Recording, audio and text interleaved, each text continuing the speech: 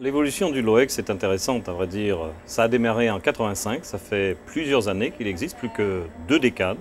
Et c'était les plasticiens de l'époque qui m'ont demandé de partir en laboratoire de culture de peau. J'avais appris aux États-Unis qu'une chose qui était importante, c'était oui, tout est possible, mais en autant qu'on ait de l'argent pour le faire. Et j'ai donc demandé, y a-t-il de l'argent? Ils m'ont dit oui, il y a une bonne nouvelle, il y a une fondation qui s'appelle la FPQGB, la Fondation des pompiers pour les grands brûlés du Québec, qui me permettait de tout faire ce que je voulais. Quand j'ai entendu tout faire ce que je voulais, j'étais ravi. Alors on a démarré et on a pu construire en effet une équipe, une très petite équipe, 3 personnes. Donc à l'été 1986, on transplantait pour la première fois au Canada, même pas au Québec, au Canada, une greffe d'épiderme, la couche superficielle de la peau, sur un grand brûlé. Et peu à peu, grâce à la fondation, j'ai pu développer de façon extraordinaire. On va dire c'est un levier, la fondation.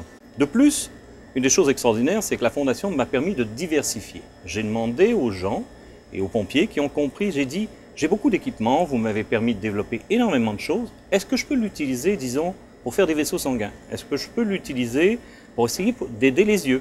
J'ai dit, ça va être un peu indirect sur les brûlés, mais ça va avoir beaucoup d'impact sur la santé des gens, beaucoup plus large. Ils m'ont dit oui. Ils dit, pourquoi pas, docteur Auger? Si c'est utilisé qu'1 heure ou 2 par jour, utilisez 10 heures de plus sur l'appareil, faites-le. Et ça a été vraiment extraordinaire. Ça m'a permis de ce qu'on appelle en affaires de diversifier. Parce que si j'ai un seul sujet, c'est bien la peau. Mais si on a plusieurs sujets, on est passé à 3, 4, 5, on est dans 7 domaines différents. Et ça fait que la notoriété du laboratoire est beaucoup plus élevée. Ça fait que l'image des pompiers est beaucoup plus large que seulement la peau.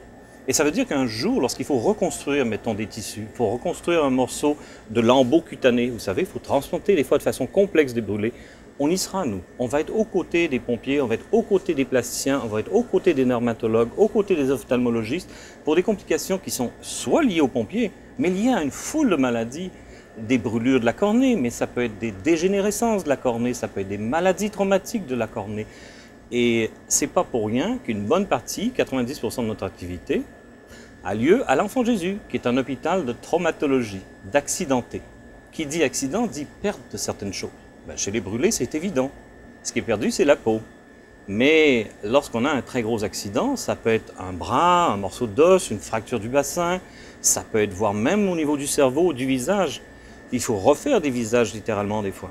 Pensez-y 2 secondes. Refaire un visage, c'est pas seulement la peau, c'est refaire aussi le tissu sous-cutané, c'est-à-dire le derme, l'épiderme, refaire aussi le muscle, refaire les vaisseaux sanguins.